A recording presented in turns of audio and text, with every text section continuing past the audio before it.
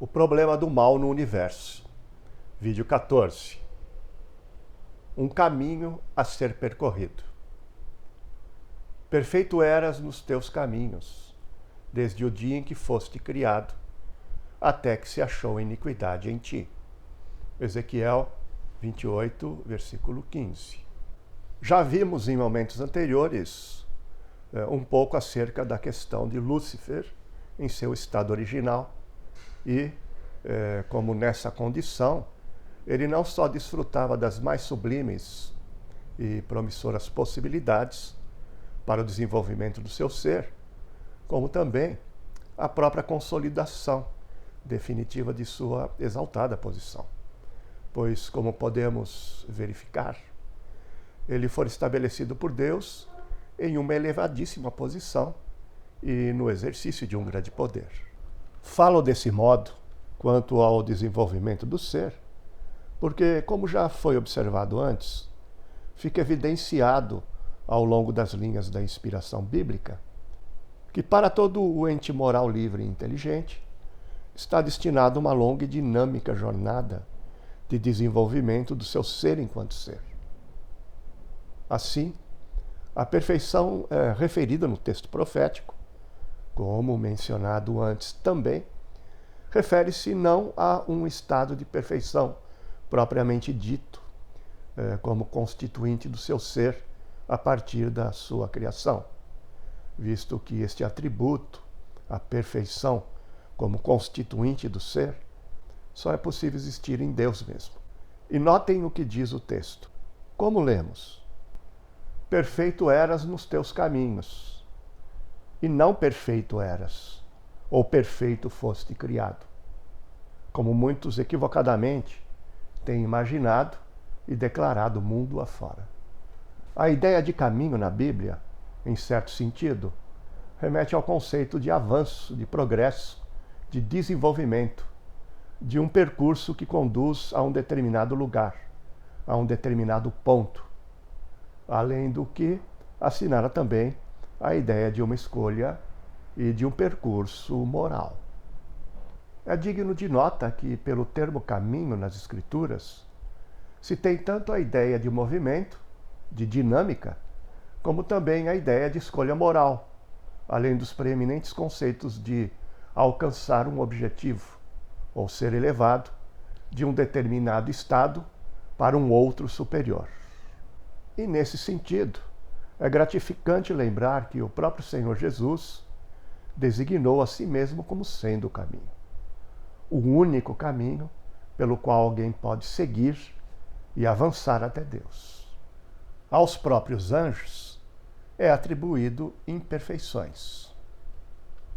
Quanto ainda no tocante à expressão perfeito, associada a este anjo exaltado que foi Lúcifer, gostaria de apresentar a você, neste momento, 3 passagens bíblicas pelas quais procurarei corroborar meus argumentos anteriores.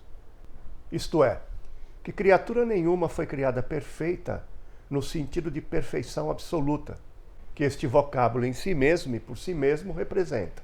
Pois não é possível algo ou alguém ser perfeito ao mesmo tempo que seja portador de imperfeições. E isso é bem o caso de Lúcifer. Acaso teria ele caído em pecado e no mal se fosse um ser perfeito?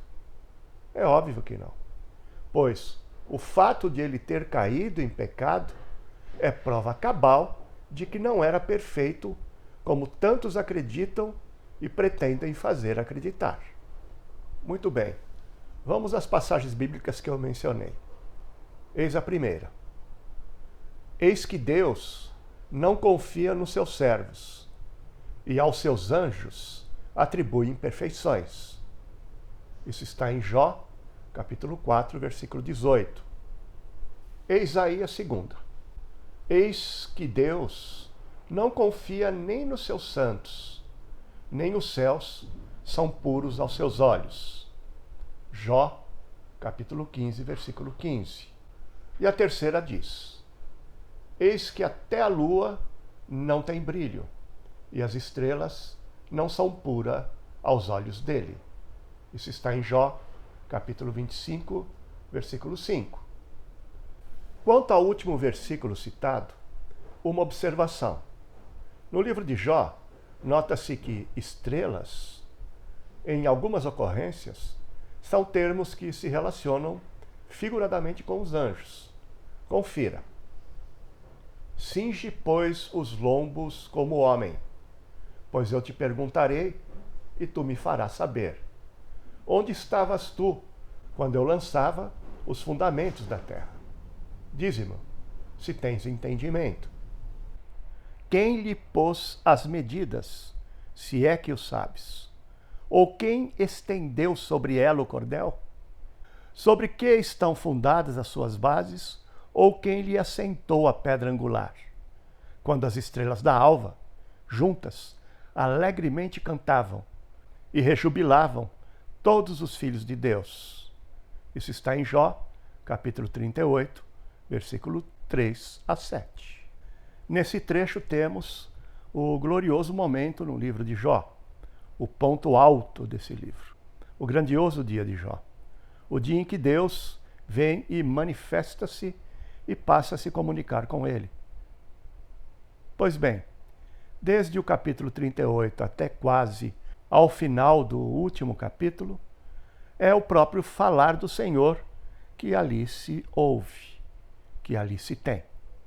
Por isso, não seria estranho nem incomum entender que as estrelas, referida por Bildade no capítulo 25, 5 de Jó, aluda também a anjos, como aqui em Jó 38, isso bem se reconhece. Eis que até a lua não tem brilho, e as estrelas não são puras aos olhos dele. Jó 25, 5. O processo de prova. Por outro lado, é preciso reconhecer que Deus, por algum motivo que está reservado à sua própria autoridade, decidiu sujeitar a um processo de prova todas as criaturas morais livres e inteligentes. Não sabemos o porquê. Isso não está claramente manifestado em sua palavra. Mas de uma coisa sabemos, que seus motivos para isso são infinitamente sábios, justos, bons e infinitamente santos. Certamente, são motivos que têm a ver com aquilo que ele é e com aquilo que ele faz como um ser perfeito, amoroso e magnânimo que é. Lúcifer também, como todos os demais, foi posto à prova e falhou grosseiramente. E com ele, considerável número de anjos da mesma forma falhou. Posteriormente, chegaria a vez do homem, e como todos os demais, seria também ele posto à prova. E do mesmo modo como Lúcifer falhou, também ele falharia. Porém, muitos anjos se mantiveram fiéis a Deus. Na verdade, a grande maioria deles. E quanto a isso, agradecemos ao Senhor. O surgimento do pecado e do mal. Perfeito eras nos teus caminhos, desde o dia em que foste criado, até que se achou iniquidade em ti. Ezequiel 28, versículo 15. Lúcifer se torna Satanás e seduz, corrompe e arrasta com ele a terça parte dos anjos de Deus em sua rebelião. Ali, bem ali, nas regiões celestiais, através deste anjo poderoso e exaltado, tem lugar o primeiro projeto revolucionário do universo. Como já havia dito antes, agora enfatizo: o pecado surge no interior desta criatura angelical. É bem aí, no interior desse ser, que o pecado é gerado e tem o seu início. E com o pecado, o inevitável surgimento do mal, das trevas, da morte, do inferno e de tudo o que dali deriva. Penso que já discutimos anteriormente o bastante quanto ao fato de como isso foi possível. Agora eu gostaria de reservar um tempo sobre uma outra questão. Não mais o como isso foi possível, mas o como tudo aconteceu. Então, preciso deixar um pouco o texto profético de Ezequiel, neste momento, de lado, para nos ocuparmos com um outro texto profético, o de Isaías, capítulo 14. Pois em Isaías 14, que temos uma espécie de passo a passo, que, como uma ressonância magnética, vai nos permitir entrever todo o processo do desenvolvimento do pecado no interior de Satanás. É em Isaías 14 que poderemos conferir suas intenções iniciais, suas motivações, seus objetivos, a sequência dos seus atos. Tudo isso ali é exposto de forma clara, relevante e objetiva.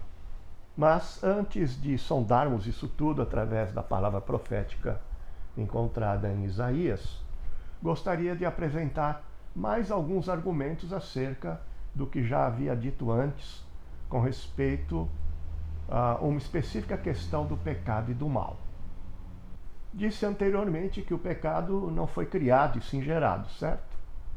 Busquei demonstrar isso chamando para a pauta principalmente o trecho de Tiago capítulo 1, versículo 15, que diz: Então, a cobiça, depois de haver concedido, dá à luz o pecado, e o pecado, uma vez consumado, gera a morte. O nascimento de uma serpente. Muito bem. No caso do pecado, não devemos imaginar a sua concepção surgindo no íntimo de um ser moral livre e inteligente, no modo semelhante ao que temos no ventre de uma mãe humana, no processo da concepção de uma criança, desde o embrião até a formação completa do bebê e o seu posterior nascimento. A Bíblia faz referência a essa concepção com uma imagem bem diferente dessa. Observe: ninguém há que clame pela justiça, ninguém que compareça em juízo pela verdade. Confiam no que é nulo e andam falando mentiras. Concebem o mal e dão à luz a iniquidade. Chocam ovos de áspide e tecem teias de aranha. O que comer os ovos dela, morrerá.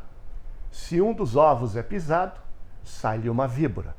Isso está em Isaías, capítulo 59, versículo 4 e 5. Vê? A concepção do pecado no interior do ente moral livre e inteligente não é visto como uma criança humana sendo gerada, e sim como um ovo de serpente que, depois de gerado, é expelido e chocado. Não é à toa que um dos títulos de Satanás seja serpente, e que, por fim, viria a se apresentar à mulher como tal, lá no Éden.